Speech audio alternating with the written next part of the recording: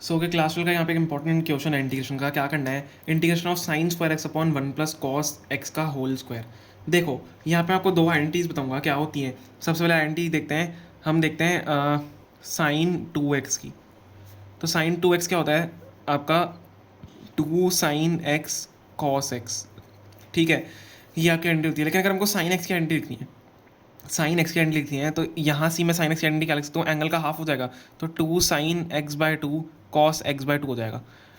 ठीक है, और सिमिलरली 1 प्लस कॉस एक्स, देखो आइडेंटिटी होती है 1 प्लस कॉस एक्स की, 1 प्लस कॉस 2x की होती है, पर 1 प्लस कॉस एक्स की क्या हो जाएगी, 2 कॉस स्क्वायर एक्स बाय 2।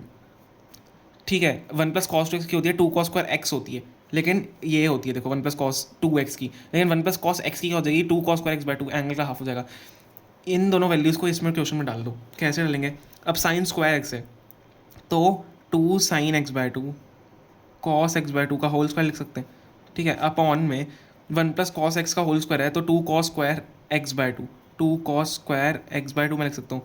अब देखो 2 कॉस स्क्वायर एक्स बाय 2 ऊपर 2 sine x by 2 cos x by 2 का होल स्क्वायर है, इन इस पूरे का स्क्वायर में आप लिख सकते हो 2 sine x by 2 cos x by 2 upon 2 cos x by 2 का होल स्क्वायर। अब देखो यहाँ से 2 से 2 कट रहा है, कॉस एक्स बाय 2 से कॉस एक्स बाय 2 भी कट रहा है, तो क्या हमारे पास बच रहा है साइन एक्स बाय 2।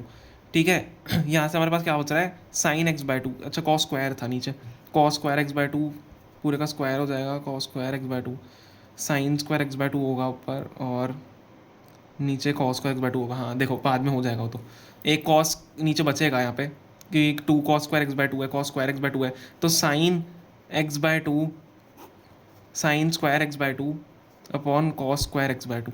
ठीक है, साइन स्क्वायर एक्स बाय 2, और क्योंकि नीचे स्क्वायर था, हमने एक कॉस से एक कॉस काटा है, तो sine square x by 2 upon cos square x by 2 बच जाएगा। अब यहाँ पे क्या हो जाएगा, sine square x by 2 upon cos square x by 2 क्या हो जाएगा, टैन स्क्वायर एक्स बाय 2।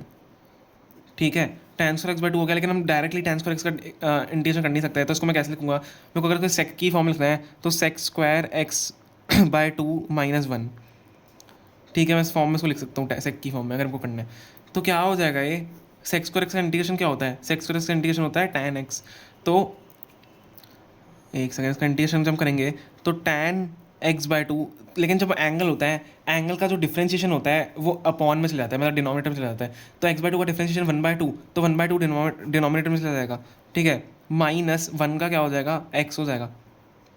ठीक है, प्लस सी, इसको कैसे लिख सकते हैं, और 2 tan x by 2 minus x plus c, यही हमारा यहाँ पे फाइनल आंसर हो जाएगा। ठीक है, ध्यान रखनी है, छोटी छोटी चीज़ें हैं, मेरे लिए आपको आइडेंटिटीज ध्यान होना जरूरी होता है। ये देखो आइडेंटिटी यहाँ पे जो मैंने आपको बताई है ऊपर, ये आपको उसको सॉल्व करना आना चाहिए, और तभी आप क्वेश्चन को कर पाओगे। Okay, thank you so much.